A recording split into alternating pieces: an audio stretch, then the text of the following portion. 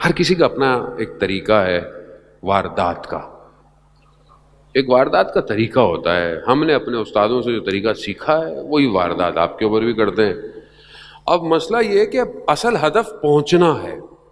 اگر پہنچ گئے اور پہنچنا حق پہ ہے، اور وہ تبھی پہنچیں گے کہ جو اندر کی مشکلات ہیں اس کو دور کریں. 3 چیزیں مولا کائنات حضرت علی ابن ابی طالب علیہ الصلوۃ والسلام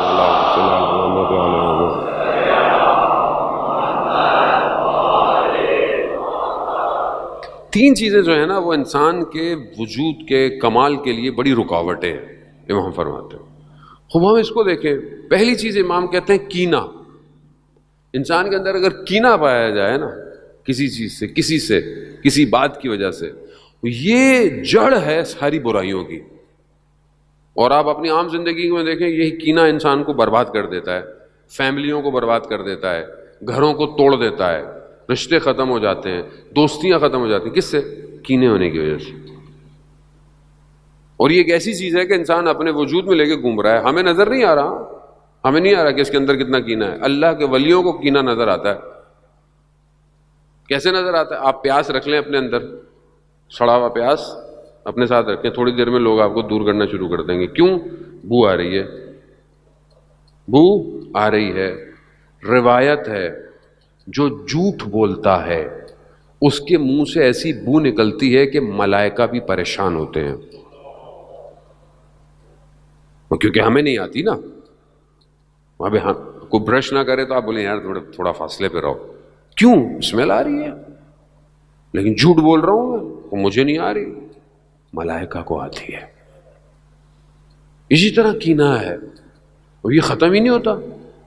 انسان فیملی میں، رشتہ داروں میں بڑھتا جا رہا ہے. اوپر سے میڈیا بھی اسی کام کرتا ہے، ہوا دیتا ہے کینے کو. کینہ رکھو، بغض رکھو. دوسری چیز حسد رکھنا. اس کے پاس یہ ہے، میرے پاس یہ کیوں نہیں ہے، فلانے کے گھر میں ایسا ہے، میرے گھر میں کیوں نہیں ہے. یہ فیملی میں زیادہ ہوتا ہے. خواتین اس کا زیادہ شکار ہو جاتی ہیں گھروں کے اندر. حسد جلا دیتا ہے نیکیوں کو. اب آپ نمازیں بھی پڑھ رہے ہیں، ابھی لوگ کہتے ہیں مولانا صاحب نمازیں ہیں، دعائیں، چلے، مصلے پہ ہر وقت بیٹھی ہوئی خواتین. اچھی بات ہے، بیٹھنا بھی چاہیے. کام نہیں ہو رہا، کیسے کام ہوگا؟ ادھر اللہ اللہ اللہ اللہ، اللہم صلی اللہ، اللہم صلی اللہ، یہ رکھا یہاں، فون کان میں لگا، شروع. یعنی کوئی نہ کوئی ایک پارٹی جو ہے جس سے پورا گھر حسد رکھتا ہے. فیملی میں نا، دور کی بات نہیں ہے، بہن بھائی، رشتہ دار، پھوپھی، چچا، تایا. یہ کیا ہے؟ کھا گیا آپ کی عبادتوں کو، کھا گیا. پھر آپ کہہ رہے ہیں میرا کام نہیں ہوتا. پھر آپ کہتے ہیں میرا رزق میں تنگی آ گئی ہے، میری اولاد نالائق ہو گئی ہے. کیوں؟ کیونکہ آپ ان چیزوں کو اپنے اندر لے کے بیٹھے ہوئے. تیسری چیز امام فرماتے ہیں سوء ظن رکھنا. سوء ظن یعنی غلط گمان رکھنا کسی کی طرف. 2 شخص کھڑے ہوئے ادھر آپس میں باتیں کر رہے ہیں، اب میں سوچ رہا ہوں یہ میرے بارے میں کہہ رہے ہوں گے کچھ. سوء ظن ہے.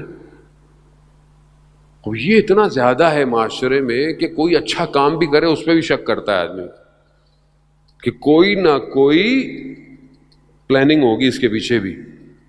ایسے ہی ہے. کیوں؟ کیونکہ ہم حسن ظن رکھتے ہی نہیں کسی کے اوپر. اب یہ چیزیں جب انسان کے وجود میں گھسی ہوئی ہوں تو ہم امام تک کیسے پہنچیں گے؟ مجھے آپ بتائیں. اگر ہم اسی کے ساتھ چلتے رہے تو ہم امام کے پاس، امام مولا یہ اس کو، یہ تو ایسا ہے، وہ تو ویسا ہے. امام کو بھی یہی کہیں گے ہم لوگ. عزیزان اس کو ہٹائیں.